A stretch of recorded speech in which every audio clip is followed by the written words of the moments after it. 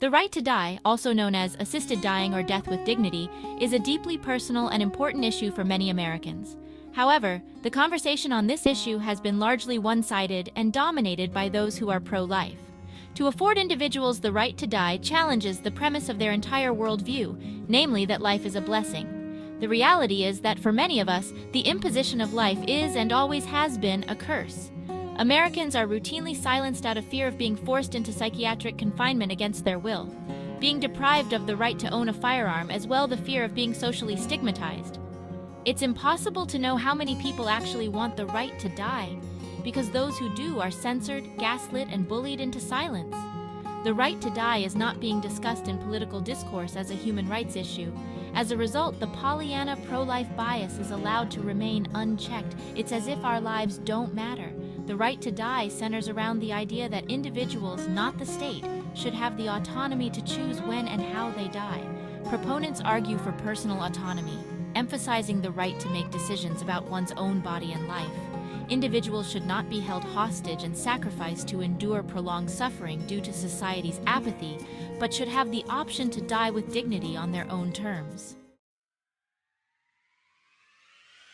One of the core arguments for the right to die centers around the principle of self-ownership, the notion that we own our lives and that we should be free to make decisions about our lives and bodies without governmental interference. Individuals should have the freedom to determine their own destiny, including the manner and timing of their death, especially when facing unbearable suffering. Under natural law, individuals have an inherent right to control their bodies and make choices about their physical existence. Life is not supposed to be a prison sentence. To force someone to endure prolonged suffering against their will is a violation of their right to self-ownership. The right to die is an ultimate act of self-determination. A free society should respect an individual's autonomy over their lives and deaths.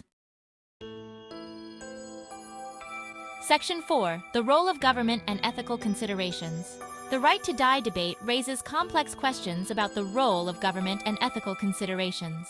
Under a Republican form of government, the government's role is to protect individual rights, not to subject us to tyranny of the majority.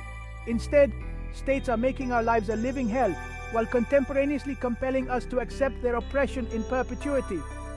States are literally criminalizing homelessness while at the same time depriving people of the right to die. Where are those people supposed to go? People talk about personal responsibility and pulling ourselves up by our bootstraps while tying our hands and using the coercive power of the state to control every aspect of our lives. We all should have a painless, humane means of opting out from lives of state-imposed oppression and capitalistic drudgery. Those who don't have a desire to live lives of oppression should have a safe, painless and humane means of opting out.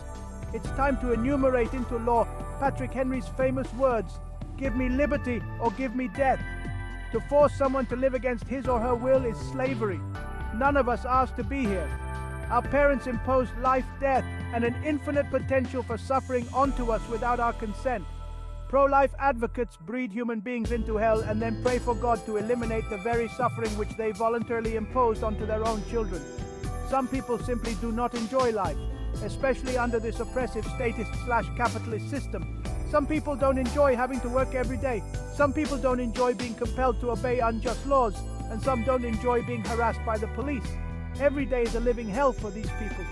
Additionally, there are aspects of life that some people don't want. Some people don't want to age and decline.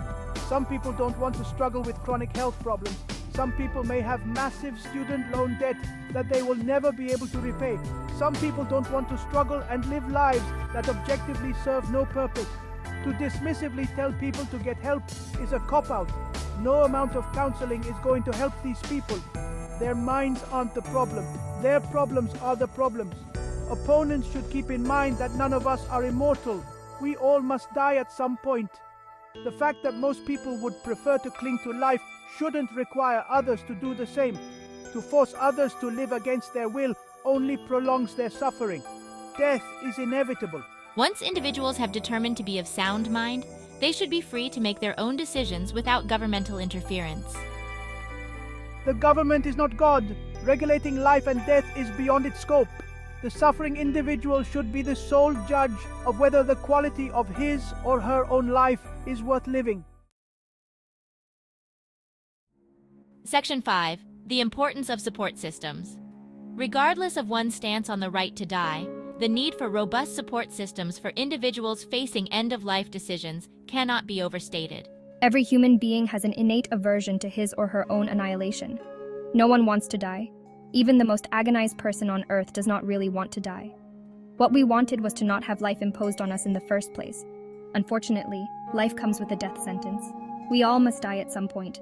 The decision to terminate one's own life is a difficult and traumatic one that no one should have to make alone.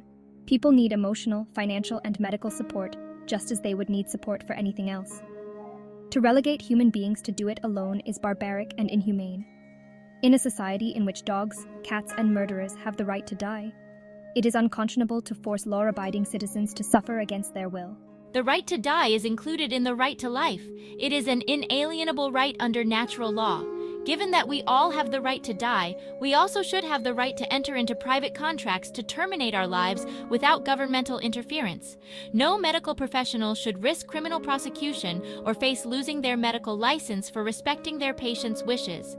The duty to do no harm includes a negative duty against forcing patients to suffer against their will. Still, every state in America criminalizes medical assistance in dying. By depriving individuals of the right to die, states are effectively depriving individuals of the right to life without due process of law. The 14th Amendment expressly prohibits states from depriving citizens of the right to life without due process of law. One cannot have a right to life without having the right to die as a corollary. We either own our lives or we don't. We need a federal law decriminalizing medical assistance in dying. This is a decision which should be made by the individual, not the state.